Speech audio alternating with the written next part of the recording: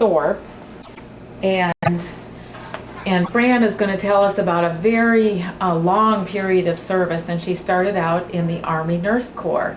Fran, would you summarize coming into the Army Nurse Corps, your career, and finally how you got out? And finally how I got out. In 1938, in June of 1938, I reported to my first station, which was Walter Reed Army Hospital. And I stayed there for 2 years, in the course of which my favorite patient was General John J. Pershing. I was on private duty with him for approximately a month before I was assigned differently. And from there, I was assigned, I had a course in anesthesia. I'd been working in the operating room, and I did anesthesia. And while at the end of my training in anesthesia, I was stationed in Puerto Rico from 1940 to right after, just before 40, before things exploded in 44. I take that back. Because I was at breakfast on December the 7th when Hawaii was attacked. We were at breakfast in Puerto Rico and San Juan. And we wondered, where in the world is Hawaii? Where in the world is it? What was it, Pearl Harbor? Where in the world was Pearl Harbor? And we decided, well, we just have to hang on. And shortly after that, I was transferred out to, on the same island, Puerto Rico, out to Lincoln Air Force Base, which had just been opened up. And from Lincoln, I was stationed at in Utica, New York. It was an Army Station Hospital there. I had my application in by then to go into flight training, and when I got orders for that, I went into flight training at Bowman Field in Kentucky. And from Bowman Field, after training, we were taken to New York. We were taken to Hampton Roads, Virginia, and boarded ship there. I don't remember the name of the ship right now. General somebody or other. It was a Coast Guard ship. And we went down the coast, through the Panama Canal, and down the Pacific. And somewhere in the middle of the Pacific, something happened to the ship, and not combat type, but some damage to the ship while we were en route. And we were becalmed there for approximately 24 hours. Sitting there we didn't have any destroyer escort going down. We ended up, that particular phase of the German journey, I'll get it right after a while, we stopped over in Perth, Australia for about 3 days. Turn this sound off for a minute. I gotta tell you this one privately. That was the only, in Perth, it was the only time I ever got under arrest for anything. We had met up with a bunch of American troops there and had a drink or two at the Officers Club, American Officers Club. And then the Navy men took us to the harbor, and we went down into a submarine and had a lovely, most gorgeous dinner you ever saw in your life there aboard the submarine. When it came time to go home, we couldn't get transportation back to the ship forever and ever, amen. So obviously we were late getting back aboard ship, and that's why I was placed under house arrest, so to speak, along with several other nurses. There we were. So we spent the rest of our trip in our sleeping quarters and the mess hall. Just those two places that we were. The only other time we had any fun was when we crossed the international date line. So if you want to use that tale later, be my guest. So, and then we landed in Bombay, and from there we boarded a train, and about 4 or 5 days across India on a narrow gauge railway. We stopped for meals on the railroad siding. We had a kitchen car on the train, so we had to stop to offload the food from the train, and we had our meals there to the tune of all the little Indian kids who were locals singing, "Oh Johnny, oh Johnny, oh."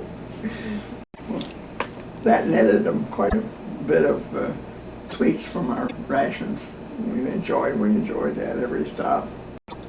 Also, we had watched the engine being refueled with 2 planks up one side of the coal car.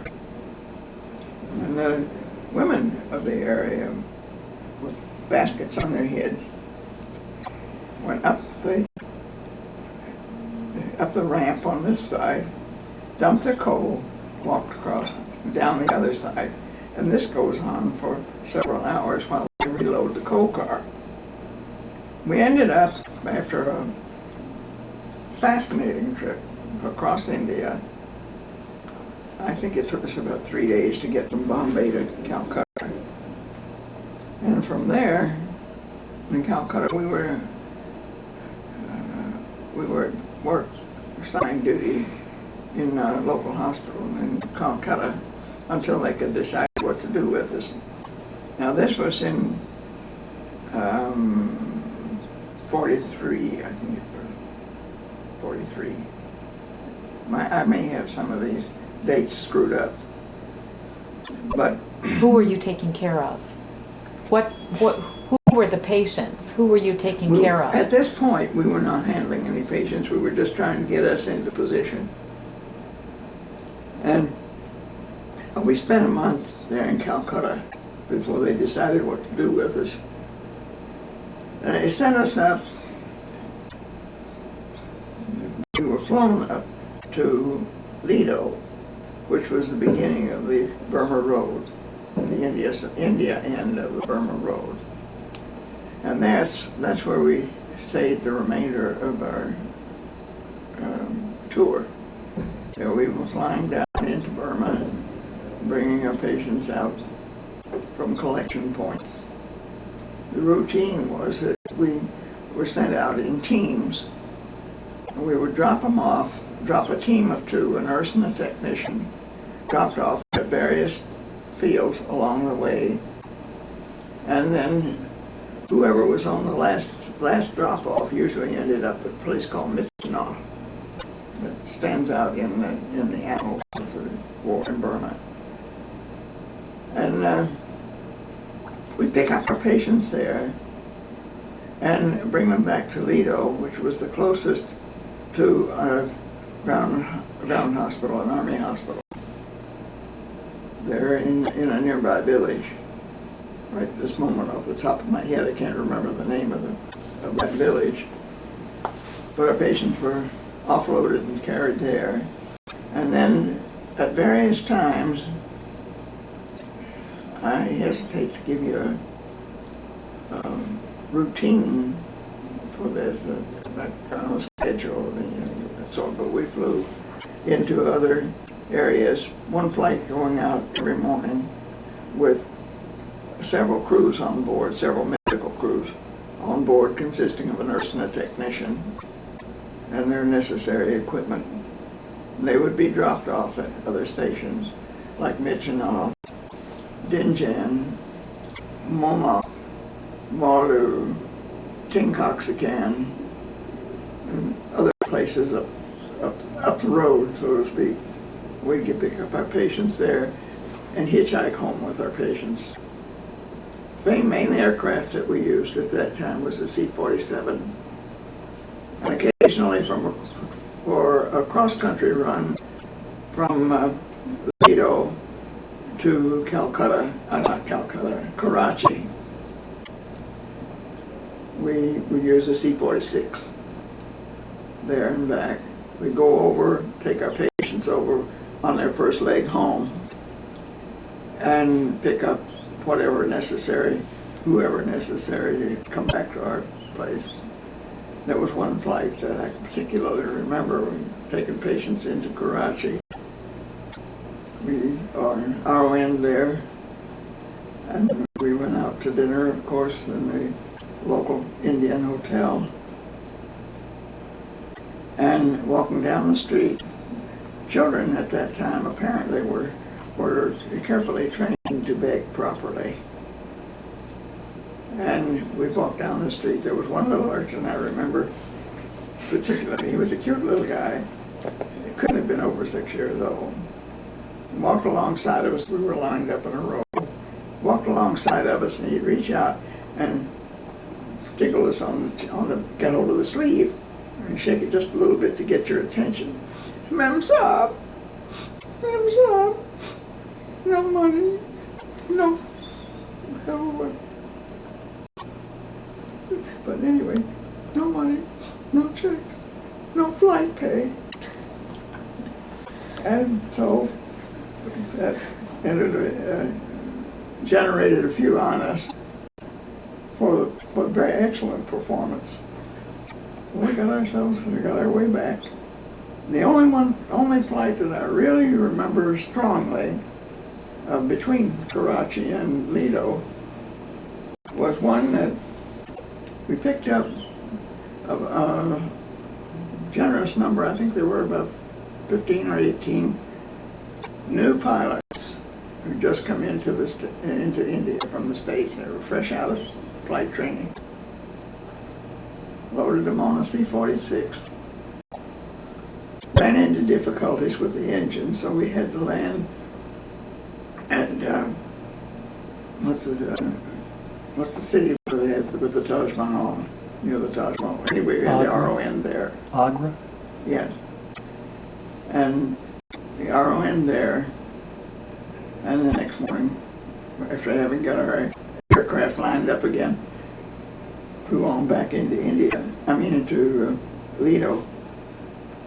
Well, the chief pilot called me up front, and I thought, oh, now what? He said, sit down over there. So I ended up in the co-pilot's seat. And he said, now, you do what I tell you. Yes, sir.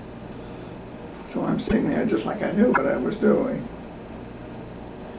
And I may be telling tales out of school. He would tell me, say, now turn the wheel this way. So I turn the wheel that way. And keep it level. Okay. I'll turn it back the other way. You see that cloud over there?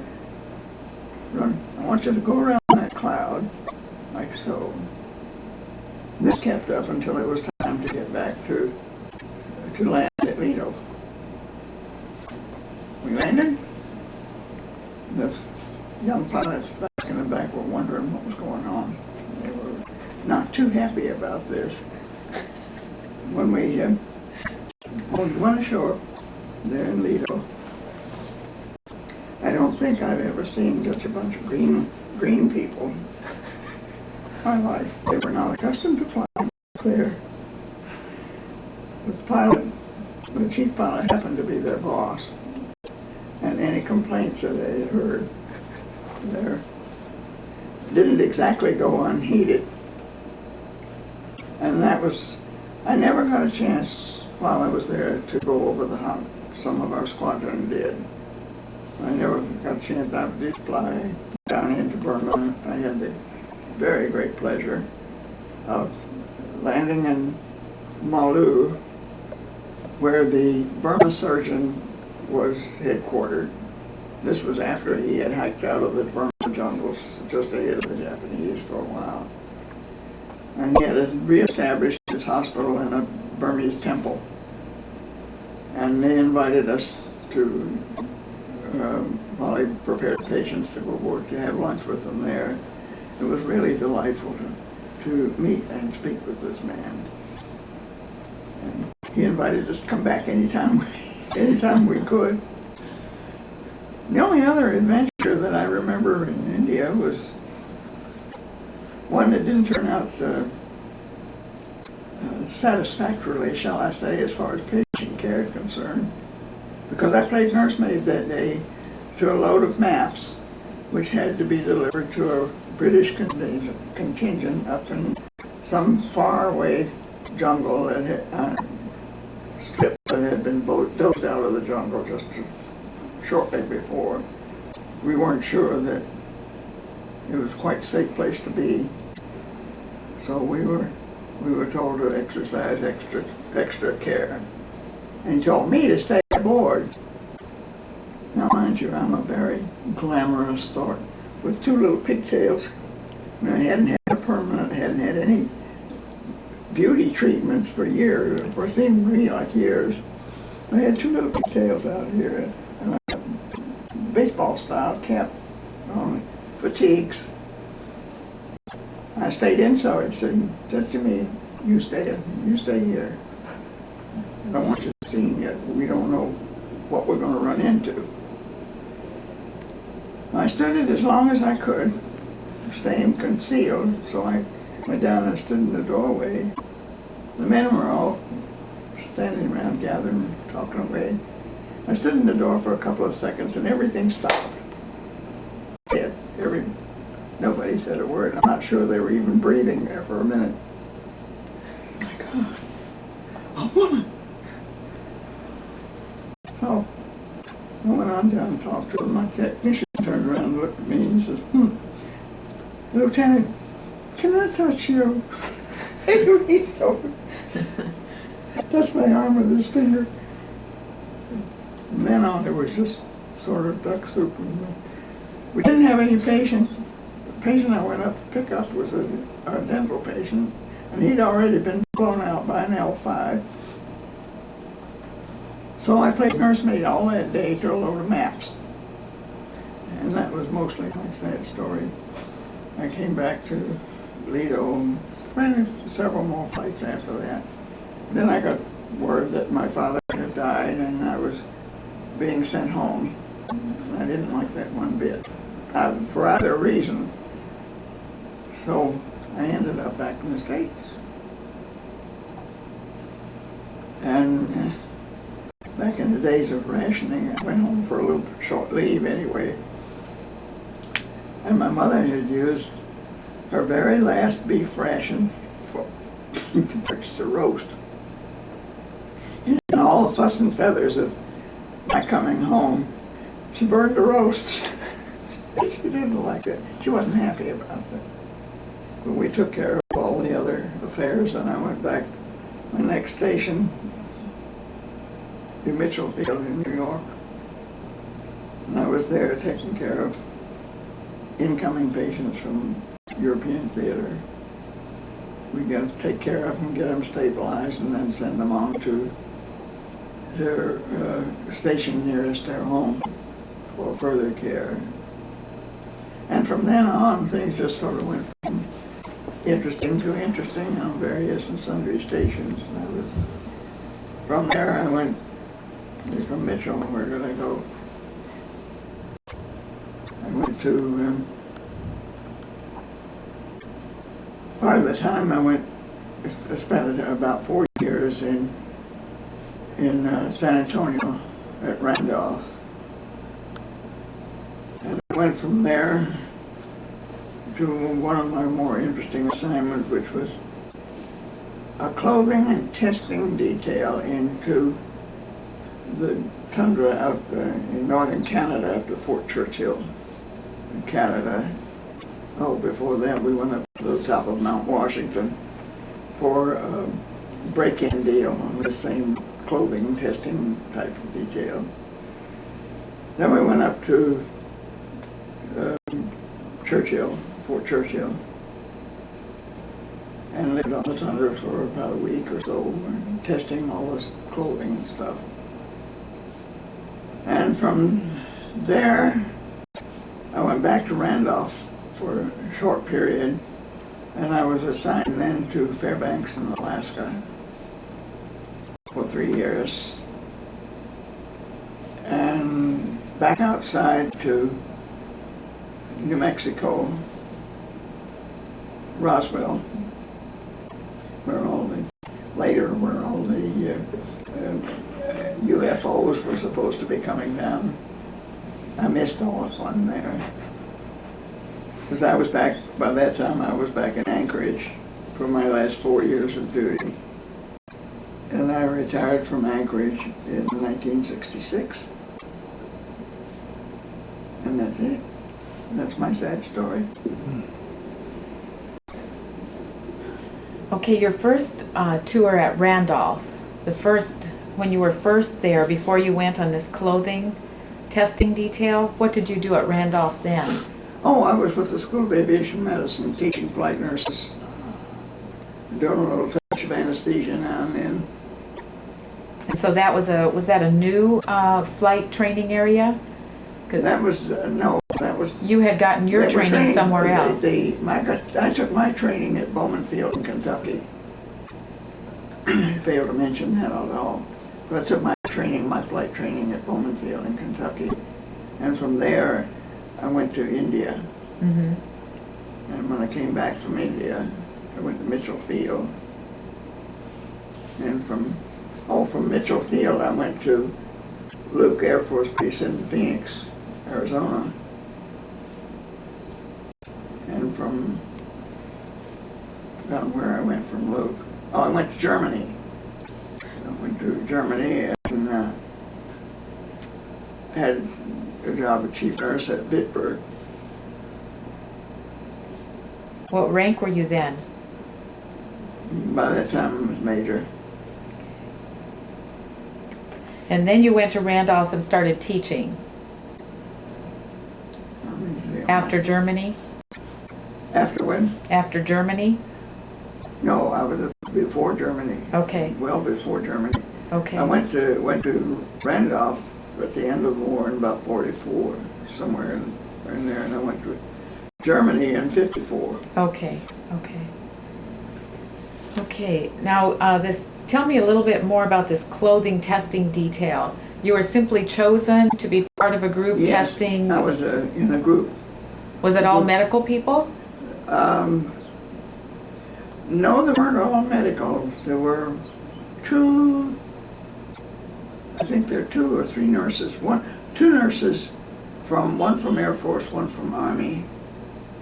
And I forgot to put in here somewhere that up to 1947, Army, there was Army Air Corps, and the Nurse Corps was all Army. And in 47, the Air Force was established. And 2 years later, in 49, there was the Air Force Nurse Corps. I think I've got the sequence So right you there. transferred So I transferred immediately. Okay. So in Canada, how long were you there? There was just a couple of weeks. Oh, a couple Just weeks. a couple of weeks. There was just Okay. a short tour to evaluate some clothing in the middle of January. Okay. It was nice and warm up there then. Good training for Fairbanks, huh? Yeah. Okay, and tell me what you did at Fairbanks. And In Fairbanks, I was chief nurse of the hospital there. Okay. And was that Eielson Air Force Base? Was it called it then? It was then Ladd Air Force Base. And while I was there, it was transferred to the Army and became Fort Wainwright. Oh. So you were the chief nurse for how long in Fairbanks? 3 years. And then I went down to... What years, do you remember what years those were? That's a good question. I'd have to go back to... I should have brought all my records with me. Was it in the 50s? It was in the 50s, because it had to be in the 50s because I retired in 66. Okay. Altogether, I spent 7 years in Alaska. Okay. Tell me what it was like being a chief nurse at Fairbanks at that time. What did you do as a chief nurse? How many nurses did you have? What authority did you have? Well, I was charged with running the nursing service. I assigned the duties, carried on to make sure that everything was done as right as I could get it, and general administration of the nurse corps. And I supervised everybody. About how many people did you supervise? That's a good question. Maybe about how many I guess- registered nurses did you Oh, have? they were all registered nurses, all of them registered nurses, and then there were the med techs. I should have gone back to my records and refreshed my mind. Was it like more than 10 nurses? Oh, yes, we had about 15 to 18 nurses. And about how many corpsmen? Frankly, I never stopped to count them up. But we didn't have at least twice as many corpsmen as we did nurses. I'm sure that was about right. And so you were in I charge wouldn't of... stake my life on those. That's okay. So you were in charge of all the registered nurses and all the corpsmen? All the corpsmen. Did all the administrative scheduling Yes. and that kind of thing? Yes. What was it like? Were you part of the executive staff of who was your boss? My boss was the hospital commander. So I guess it would be part of the administrative staff. When there was an executive staff meeting, were you part of that meeting? Yes. And who were your colleagues? Who were my colleagues? Right, who were the other people that were supervising groups in the hospital? Well, I had my head nurses on each station. There was six. I think we had six nursing stations, if I'm not mistaken. But at the staff meetings, who else was at the staff meetings? Just the administrative office, hospital administrative officers, commander, of course, hospital administrative officers for both professional administering the corpsmen and the maintenance people, regular, just pretty much what you'd have in a hospital nowadays, that same. You had a same chief of the hierarchy. medical staff? And the medical staff. The medical staff was represented on the board meetings, the so-called board meetings. We call them staff meetings in those days. What kind of committees were you on?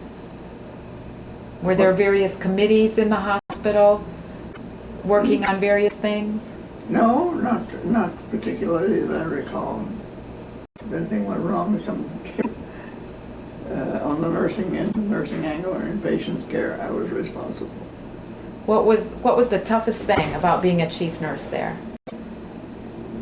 I don't think I really had a tough time. I had a super staff in both officer and enlisted, and I was blessed with a super staff, and I had very, very little difficulty with anybody.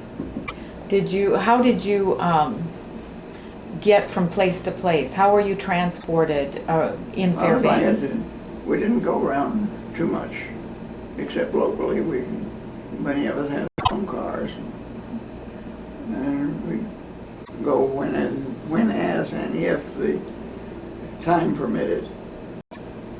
We were pretty free. We weren't kept down in any way.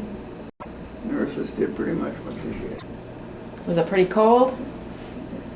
I've seen it pretty cold. I've seen it about 35, 40 below. I think at one time, I don't remember for sure whether it was Fairbanks or Anchorage, but I have seen it 73 below. For fun, a lot of us joined a square dance group in Fairbanks, and we went out at least once a week, go square dancing, and that was And then you went to New Mexico. Did you ask to go back to Alaska? No, somehow After I was that? very happily going about my business in Roswell. And the orders came in and sent me back to Anchorage. So I went back to Anchorage for the next 4 years. And the name of that? You would ask me that. I mean, it's called Elmendorf now. Elmendorf. It was called Elmendorf? It was Elmendorf Air Force Base. Okay. And what was your position there? I was what would amount to a state supervisor. State supervisor. Well, that's what it would amount to. That's not the proper term. I was command chief nurse Okay, for Alaska? for Alaska. For the state? For the state and islands all around.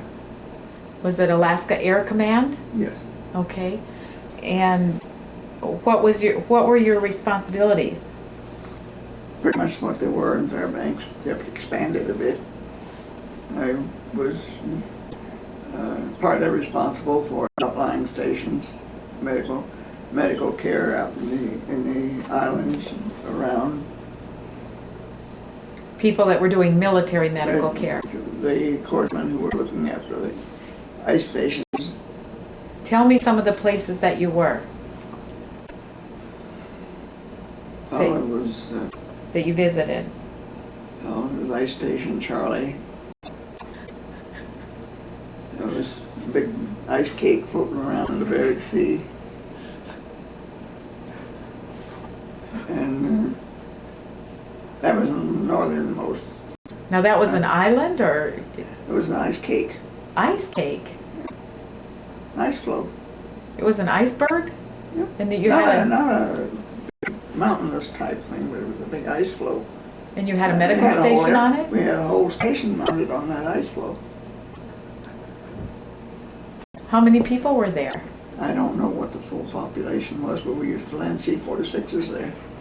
C-47s, I mean. So you flew in on a C-47? Flew in on C-47. Okay. Now when the hospital, Landed on the ice, landed on the ice floe like everybody else did. now when the medical folks there, was it just a corpsman that was there? Yes. No physician, no nurse? No. Yeah? No, And when they heard you were no, coming, did they know you were coming? The corpsmen there were specially trained for what we called independent duty. Okay. And they were about as close to a physician as you could get without actually being one. Did they know you were coming to visit? Oh, yes. Okay. And tell me what it was like to be one of those corpsmen with you coming to check on them. Actually, it was no different than if I went on a ward in the hospital to inspect. Did they enjoy your visit? They seemed to. They were very cordial, all of them. Did you ever bring them supplies, or were you mainly there to check no, on? We didn't take them any special supplies or anything. Those were done and carried on in a separate operation. Okay. Where else did you go? Where else did you land? I visited the Navy nurses out on Kodiak. You were Kodiak Island. responsible for the Navy too? Yeah, I wasn't in charge. Okay. But I visited Okay. them out there.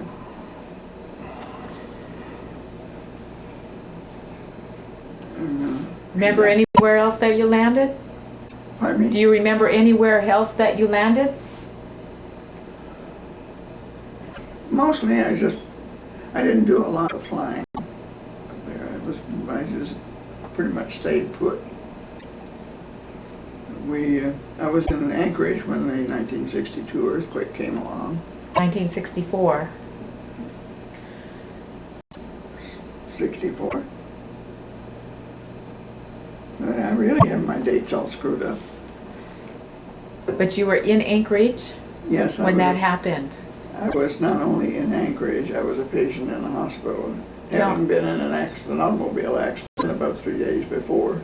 You were in an automobile accident 3 days before the earthquake, and you were a patient at Elmendorf. Yeah. I had one leg in a nice wet cast. So what did you do? So what did I do? I couldn't do anything much. I was very fortunate in having a very fine nurse who was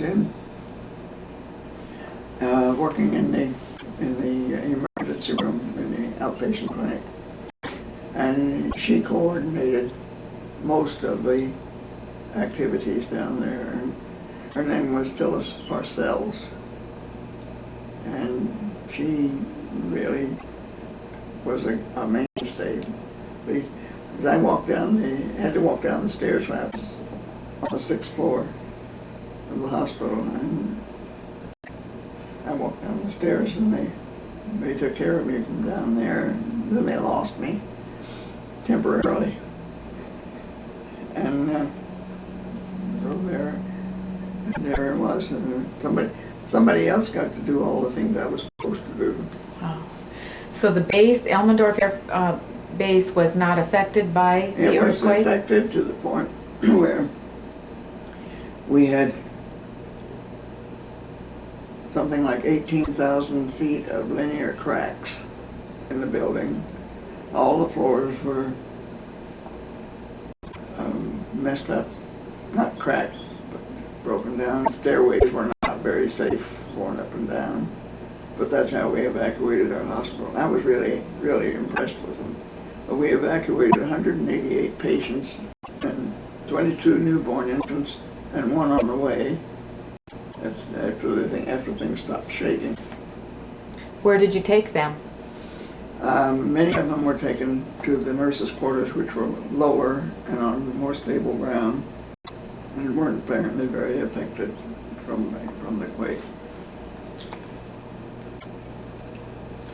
The city of Anchorage got pretty well messed up, as did most anything else on the coast. They lost a number of native villages that were right on the water. And they had a tidal wave that came in and washed away quite a lot. So then you ended up retiring at Anchorage. Yes, in Anchorage in 1966. And what rank were you when you retired? Lieutenant Colonel. Lieutenant Colonel. Wow. You had a very long and wonderful, exciting career. I would say very satisfying. Yeah. What kind of advice can you give to nurses that are serving right now, and maybe nurses that are thinking about joining the military? I would just say, hang in there and do the best you can with whatever you have to work with. Okay. Thank you, Fran, for your interview. You're welcome. It's fabulous. And you probably will suffer from a busted camera after that. I'll get another one, but I think it's in great shape. Yeah. Well, your interview was especially exciting for us because he spent some time in India, and I grew up in Alaska, and I was there while you were there, How are you? but I was a kid, and so on Unalaska Island. I kind of pummeled you with a few questions about Alaska. But I was in Unalaska, Russian Mission, Nome, Bethel, and so we were out in the boonies. My dad had trading posts. So, but that Alaska, I think, was one of my very most favorite stations. Yeah. I'd go back there in a minute. As a matter of Have fact, you visited? After I retired, I just before I retired, I filed on a little piece of property up on Lake Susitna, and I built myself a little cabin up there, and I had my boat, and I went up there every summer for a number of years before it got too expensive to go back every year. Yeah. That must have been something with that earthquake. We had just left Alaska in 1963. Oh And my. we had just moved to Minnesota. That's how I knew the earthquake was in 64. But Things really got shook up that night. yes, yeah. When I was at PACF headquarters, Pacific Air Force headquarters in Hawaii, one of my jobs was to inspect Eielson Air Force Base, the hospital. I was sent up there on an inspection team.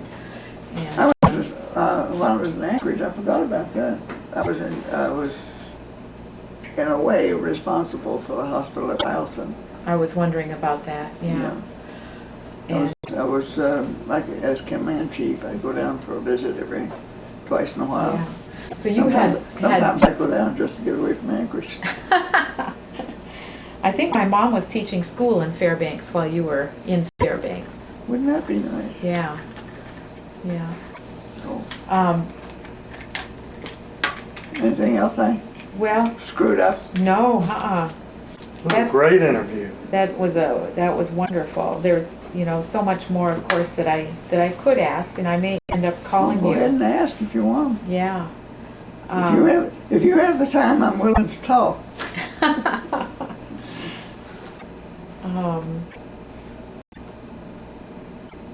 I asked those questions about being in a staff meeting because you hear so many stories about nurses weren't included in decision making in the hospital settings and that kind of thing. In every assignment that I had where I was in charge of anything, I was included in the staff meetings. And I thought I had over the years, I had 2 or 3 very wonderful commanders. Were they usually physicians? And I think they're all dead by now. I probably killed them all. Hey, is that back on? Okay. Tell me what it would have been like working for you. I hope that it wasn't too bad. I didn't have any disciplinary problems. 1 or 2 things that needed to be straightened out now and again, but not a whole lot of outstanding things in any way. Usually, I had pretty good relations with most of my girls. When new nurses would come in to the military and you were their boss, what was it like for them, and what kind of people were they on average? Wonderful. They were all really, really nice women. They were fun to work with. They worked hard, and they were popular with their patients. And I had almost no problems. What do you suppose they came into the military for? Was it for adventure, for... I don't remember ever having asked them why they came in. They were assigned to me, and that was all I needed to know. And then you were over the corpsmen also. Yes. They were all men, They were all men. but you worked with, they had somebody that was supervising them. They had an NCOIC, a non-commissioned officer in charge. And one of the best ones that I ever worked with was in Fairbanks. I had 2, one in Fairbanks and one in Anchorage. And they were sufficiently outstanding that I remember them the best. And they were excellent men. What made them outstanding? The way they handled their men. They were open to them. They didn't put up with any nonsense, but they were still friendly in a sort of, how shall I say, buddy fatherly way. Men could go to them at any time they wanted to talk over a problem or whatever, and be sure of fair treatment. One of these men I'm still corresponding with. He still lives in Fairbanks with his wife. What's his name? Bittner, and Senior Master Sergeant Herman Bittner.